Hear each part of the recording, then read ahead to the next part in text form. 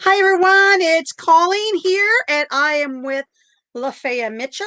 Lafaya is a licensed marriage and family therapist, and she is a author, speaker, and an amazing therapist. Today we're going to be talking about self-care. Lafaya, take it away. Okay.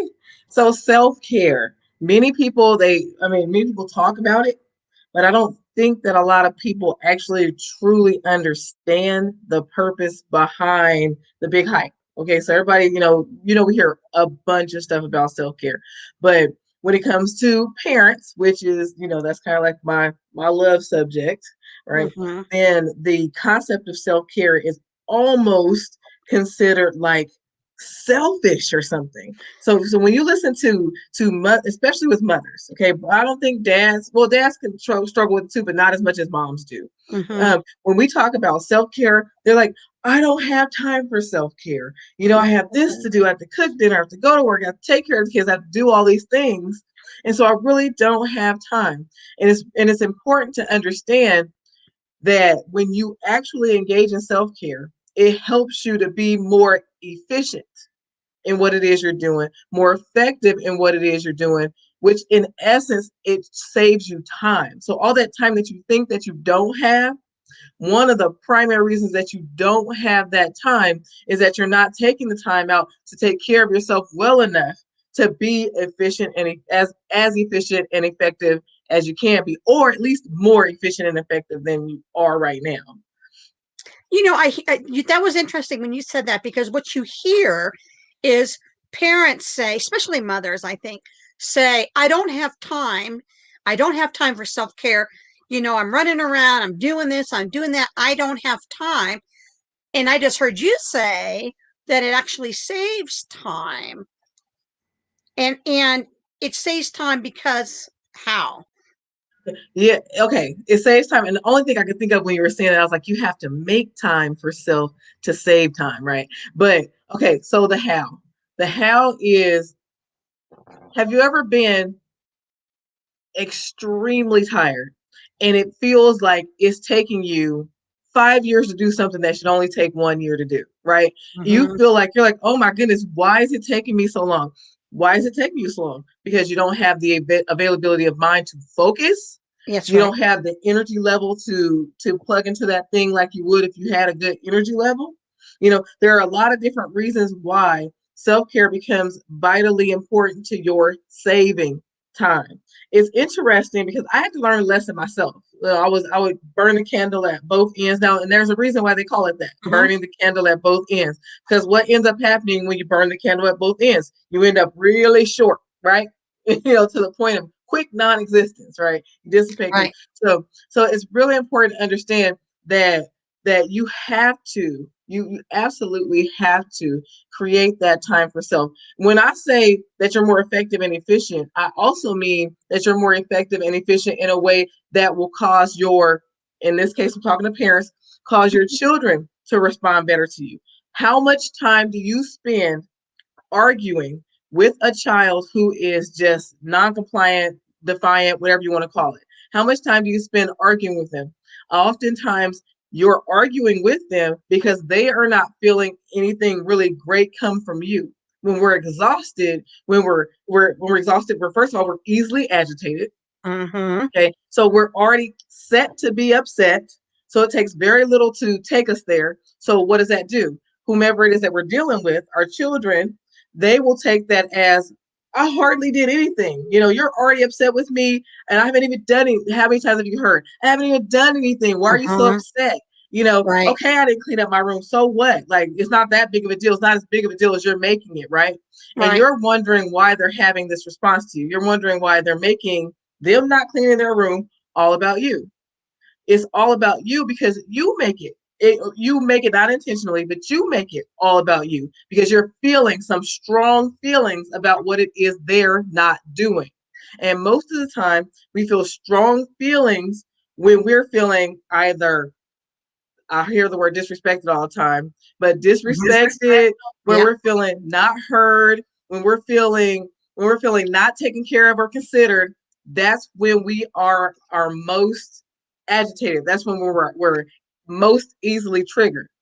if you pay close attention, those who tend toward taking care of themselves, they don't feel that way as often. Okay. That's right. So a lot of people will call a person who takes care of themselves, oh well, they're just selfish, right?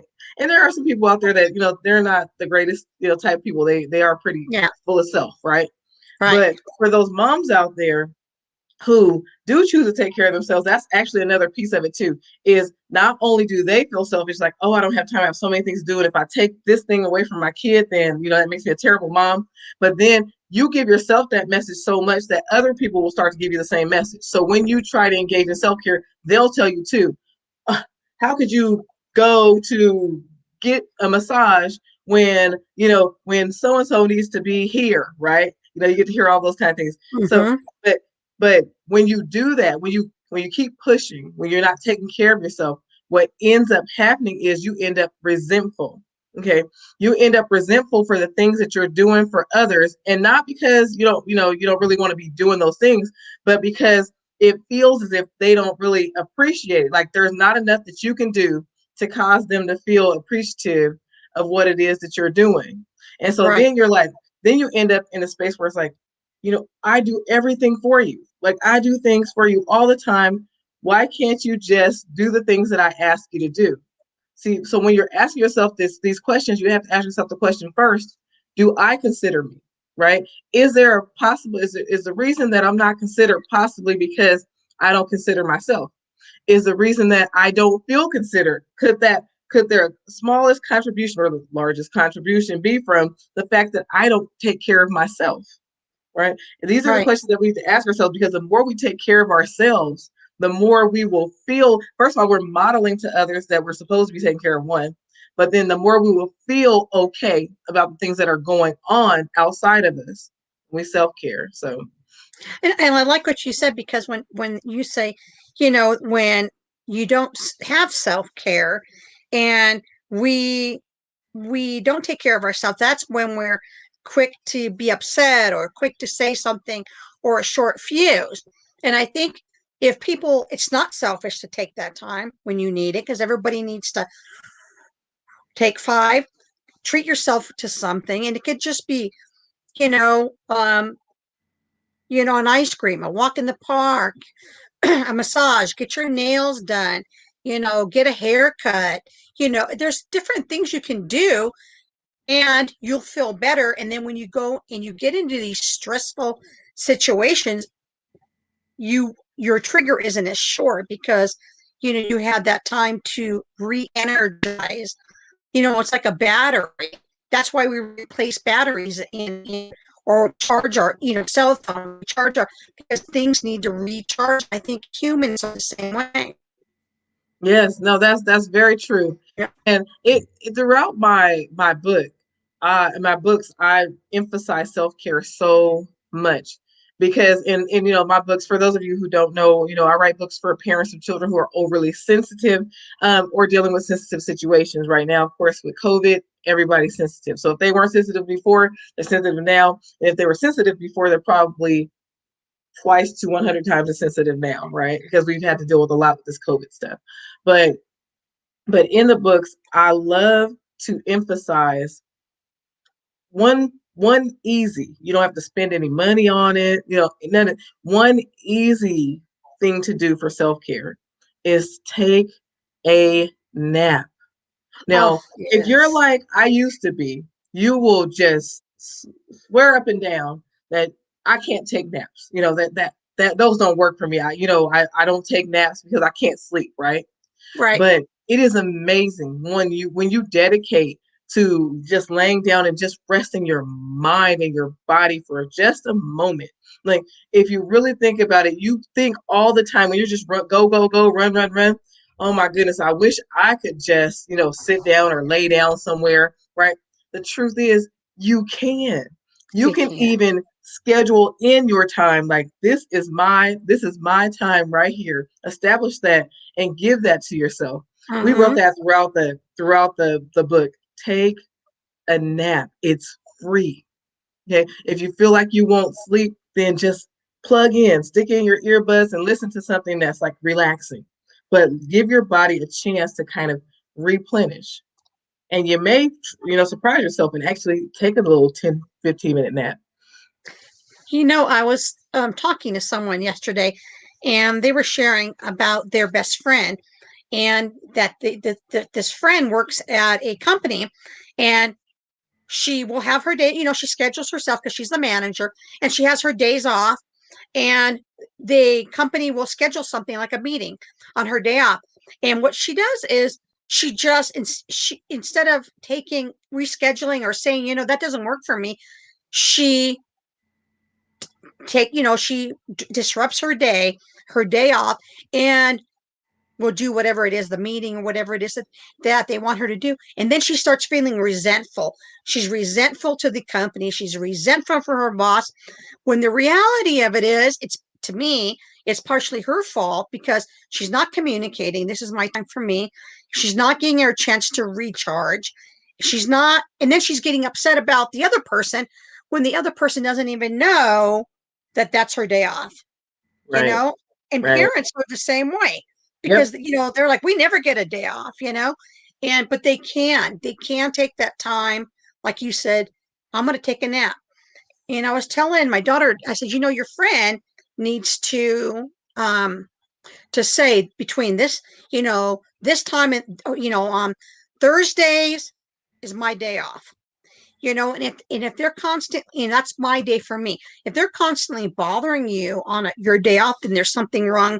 They need to have more training or whatever. But there should be boundaries, and I think boundaries and self care, whether you're a parent or you're an employee.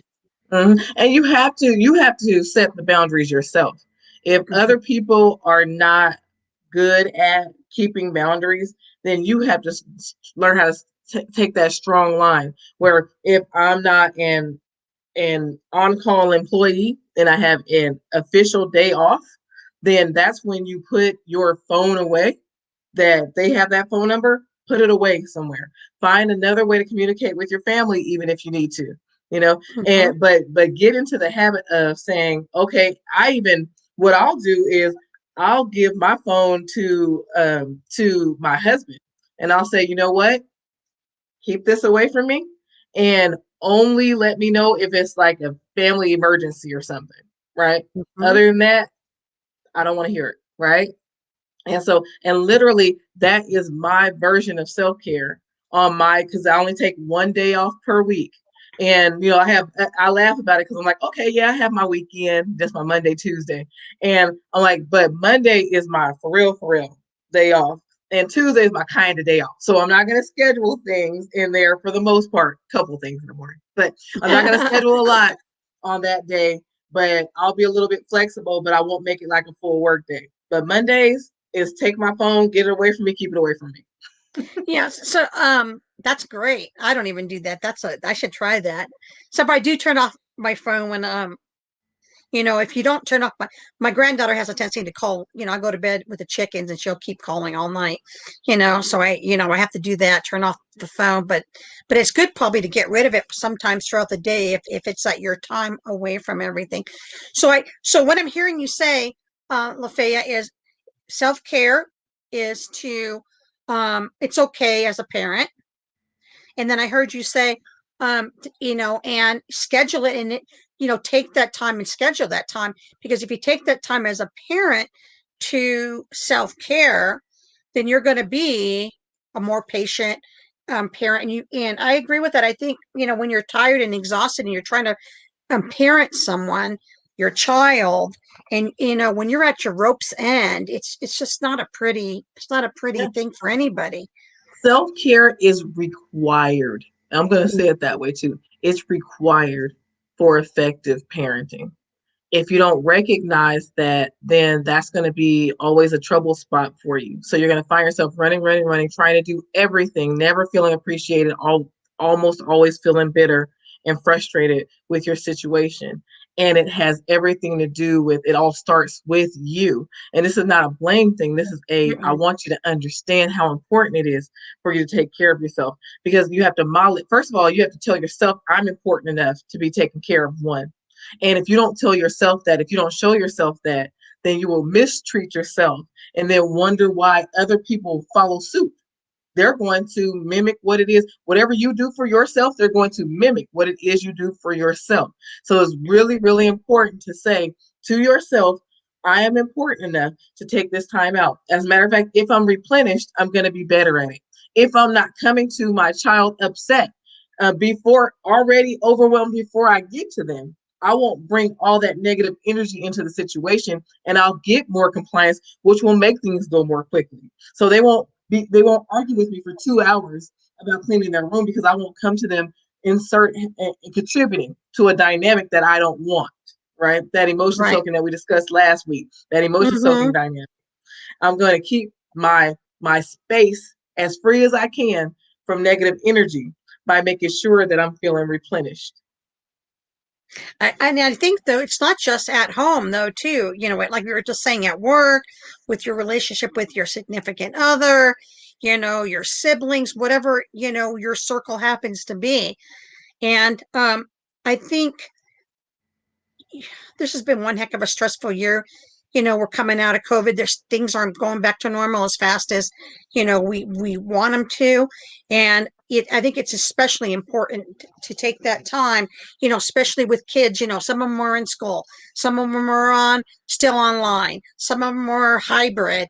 And, parents are going back to school, whether some students aren't, so it's that stress. So I think it's really important, this last year, but also now that we're coming out of it, it's still important to really, really think about treating ourselves to some, like you said, a nap, some quiet time.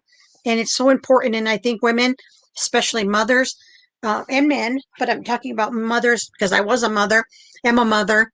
It's we feel guilty, and there should never be guilt about taking some time. It's not about taking time away from your kids. It's about making you a better parent for your kids, because I feel good. And how many parents are tired? I'm so tired. You know, you know why you're tired? Because you're not taking time to recharge. Yeah.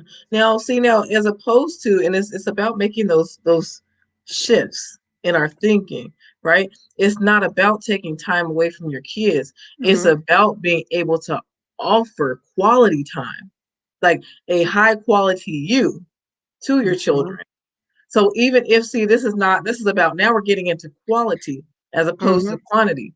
If I take this hour or two, what a cute kitty. If I take this hour or two for myself, be able to bring a better me to my children, which will create a situation where now my time has become more valuable. The time spent with them becomes more valuable.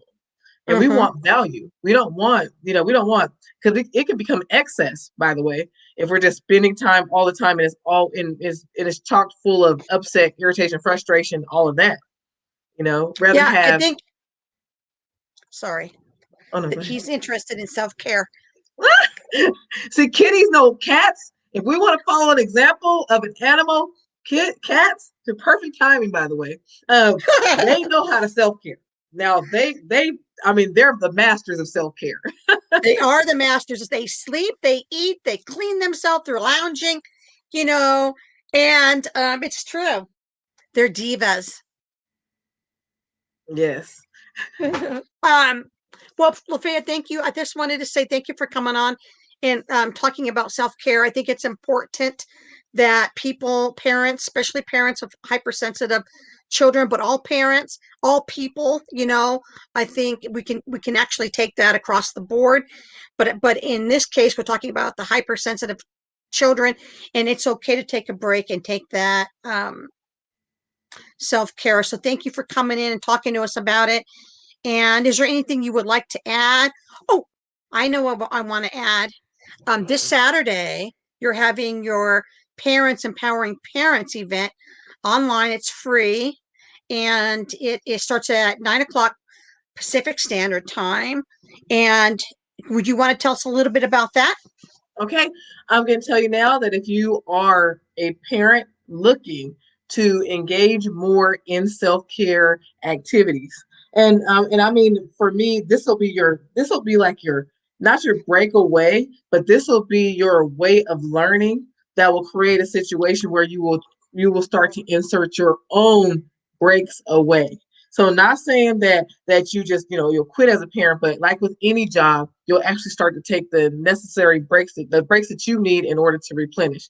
So if you want to learn more about the importance of self-care and how to apply, and use self-care properly to get what it is, get more out of your relationships, more of what you want from your children, more of what you want from your spouse, then join us because we're going to be teaching this stuff.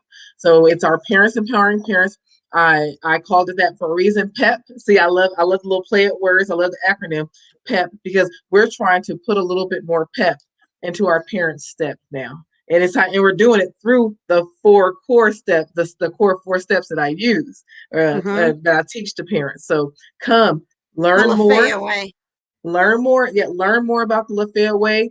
It's making a huge difference. I started with my first pep group, Mm-hmm. and the parents after week 1 were already raving about some of the differences that they were already experiencing at home with children who give them a little bit of a tough time, that you just kind of just don't know what to do with them. It's not like they're severely disordered or anything.